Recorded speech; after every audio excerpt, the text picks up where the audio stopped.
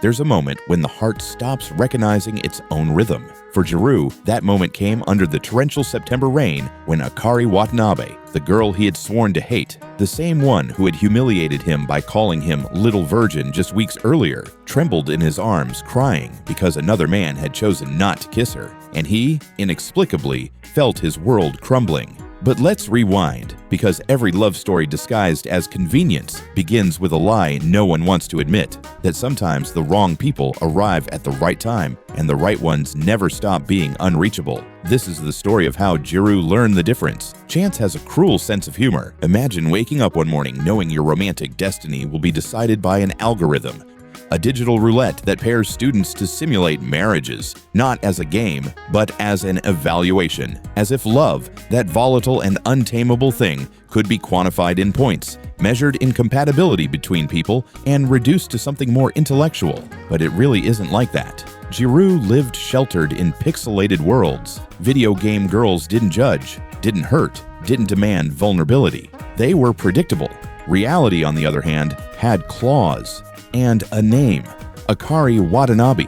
The first time he saw her, she descended the stairs like a storm dressed in defiance. Short skirt, cutting gaze, that kind of beauty that intimidates because it knows its own power. Move, she had said, not asked. And Jirō had felt something visceral, a kind of instant contempt for someone who treated others like obstacles. Kamo, his best friend, was hypnotized by her beauty, but the universe had other plans. But before Akari, there was Shiori. Shiori Sakurazaka was everything Akari wasn't. She was a soft young woman where the other was sharp, shy where the other was bold. She was our protagonist's childhood friend, his first unconfessed love, the girl who made Jirō's heart feel safe even when it beat uncontrollably. They had been close, always close to confessing their feelings, but teenage love is a cowardly creature, and misunderstandings accumulated like layers of ice between two people who looked at each other without daring to touch. Now Shiori was there, in the same classroom, waiting for the pairing announcement with the same contained anxiety as Jirō. "I wish I could be paired with you," she had said, and every word was a promise suspended in the air. The matching system simply chose to destroy that promise.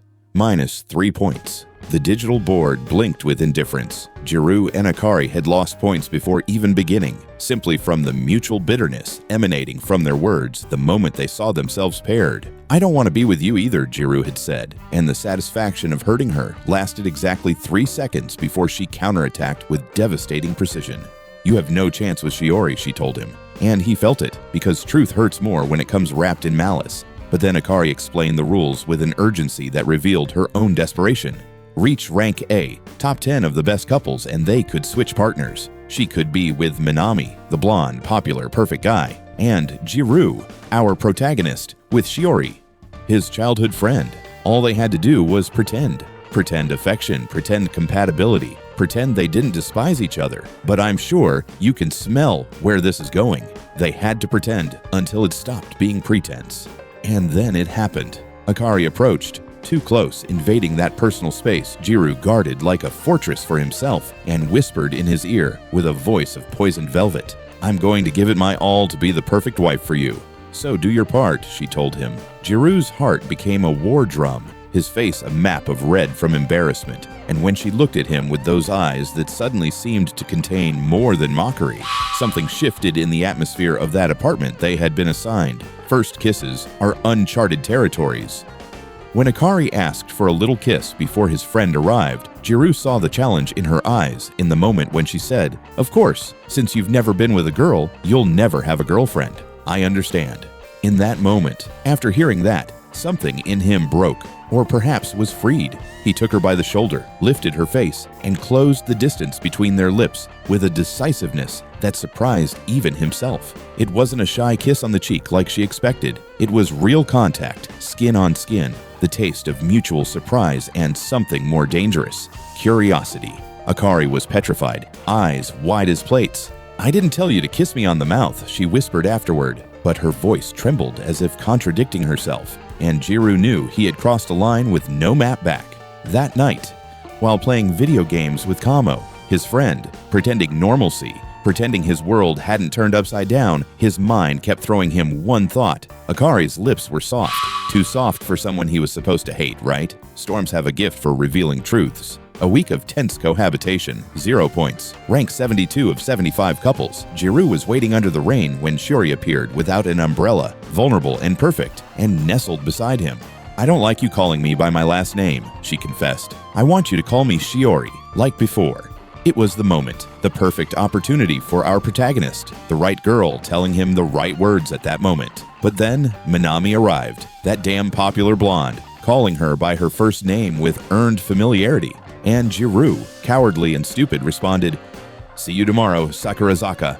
What an idiot he is sometimes. The last name, the distance. That night, Akari shared her umbrella with him in silence. She prepared dinner with a heart drawn in the rice. She fed him with her own hands while their gazes met and held, 1 second too long to be coincidence. In their minds, in the privacy of their thoughts, both wondered, "Why is my heart beating so fast?" Not knowing the other was asking themselves the exact same question. That synchronicity of hearts is the first symptom of love. There's something primal about fear of darkness, something that strips defenses and forces honesty in people. When lightning struck by the window, Akari, that indomitable, defiant girl, clung to Jirō, crying in terror. He discovered something fundamental about her, that everyone has cracks. Even people who seem to have strength filling the entire room also have a small dark room where they keep their fears. In that moment, she whispered something in his ear, and her vulnerability was more intimate than even any kiss. She said, "Is it so hard to let me depend on you a little?" In that moment, Jirō realized, embraced her, called her adorable, held her while she slept with a tenderness he didn't even know he could give. And when they woke, they had risen to rank 13, but the numbers didn't capture what was important. Akari, that defiant and beautiful girl, had entrusted her fear to someone who was supposed to be a temporary partner. Jirō, our protagonist, had seen behind the mask and found someone real, sweet, after all. And what they felt was so deep that both were beginning to forget why they wanted to switch partners to begin with. Love triangles aren't geometric, they're minefields. Shiori, his childhood friend, took care of Jirō when he got sick. She cooked for him, put cold compresses on him, almost kissed him, but stopped at the last second. "I wish I had been paired with you as my husband," she confessed, and every word was a door left ajar. That night, while Jirō slept, Shiori leaned over him, so close she could feel his breath, and whispered, "Better not. We're not married." But she wanted to. Good God. God knows she wanted to. Meanwhile, Akari returned from going out with some friends, where she had completely ignored Minami because she couldn't stop thinking about Jirō. "Why does this bother me so much?" she asked herself in front of the mirror, touching her own lips, as if she could find answers in the memory of that first kiss our protagonist stole from her. Love doesn't announce its arrival, it simply inhabits you until you don't remember what it was like to live without it. Over time, Akari, that beautiful purple-haired girl, began cooking for Jirō, elaborate bentos with rice hearts and octopus-shaped sausages, saying it was practice for Minami supposedly. But when Shiori revealed that Minami liked sweets and she had made everything savory following Jirō's preferences, our protagonist, something broke in the girl's chest. One day, she suddenly asked our protagonist if he had considered doing this kind of thing with her. She said this with boldness that was half courage and half desperation, because she whispered in his ear, "Go ahead, I'll grant you the wish." But Jirō, surprisingly and honorably, stopped and in that moment told her, "These things are done with the person you're in love with." And both in that moment had to wonder, without saying anything, who they were in love with now. The fight that followed that moment was brutal. Points fell from rank 13 to 75. From seeming like a promising couple, they became failures. The apartment filled with a silence so dense that even breathing hurt until Jirō knocked on her door. "I want us to go back to being husband and wife." And Akari, with tears in her eyes and a smile that was pure redemption, whispered, "You know, this married life is growing on me more than I thought. I really like you, Jirō." That confession hit our protagonist like a bomb in the space between them. Afterward, on the balcony, she shouted to the night, "I really like you, Jirō, I said it." And the universe heard her. Fireworks festivals are made for romance, or at least for breaking hearts. Akari dressed up to watch the fireworks with Minami. Jirō tied her yukata, choosing the bow he liked best, but she changed it because supposedly Minami wouldn't like it that way. Every choice is a declaration of priorities, but Minami canceled. Or at least that's what he said because he appeared minutes later with Shiori, a lie so obvious even the stars seemed to dim. Akari called Jirō crying, and he ran. He ran toward her, and when he opened the door, there she was, soaked and broken. "Welcome home, Akari," he told her. Those 3 words changed everything, because welcome home means this is your place. It means I was waiting for you.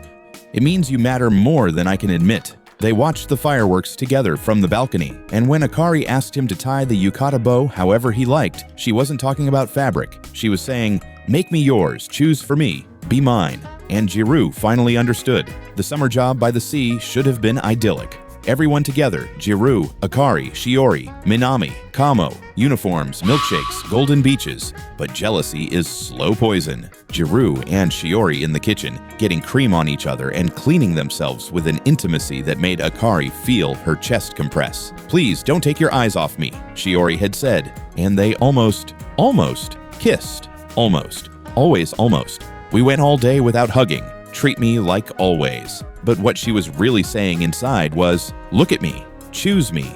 Don't abandon me for someone who had you first, but I have you now." Jirō, our clumsy and sometimes honest protagonist, confessed, "It's not that it bothers me for others to see us together. It's the opposite. I don't want you to look bad for being with me." Low self-esteem is the saddest form of sabotage. In that moment, Akari whispered to him, "When I see you talking to other girls, I feel like you're no longer my husband." And that word, husband, stopped being a simulation for him and became a real desire. Dark forests reveal priorities. The test of courage deliberately paired Akari with Minami and Jirō with Shiori. One last chance for each to confirm their supposed original loves, though we all know that was no longer true. But when Akari got lost and screamed a name in the darkness, it wasn't Minami, it was Jirō. And Minami, hearing her, understood what she still didn't fully admit, that the heart doesn't obey plans. "Sorry for not being Jirō," Minami said with generous sadness, and let go of that beautiful girl who had never really been his. Meanwhile, Shiori confessed to our protagonist, "Being childhood friends isn't enough for me. If Akari means nothing to you, you could prove it to me for real." And she kissed him. Jirō reciprocated. Of course he reciprocated. It was Shiori, his first love, his dream of years. But when he closed his eyes, the face that appeared behind his eyelids wasn't hers. And I don't know about you, but this caused me frustration because everyone, or well, I don't know if you think like me, but honestly, I don't know. Let's just move on to the next act. There are moments when the heart decides before the mind realizes. The date was Akari's idea.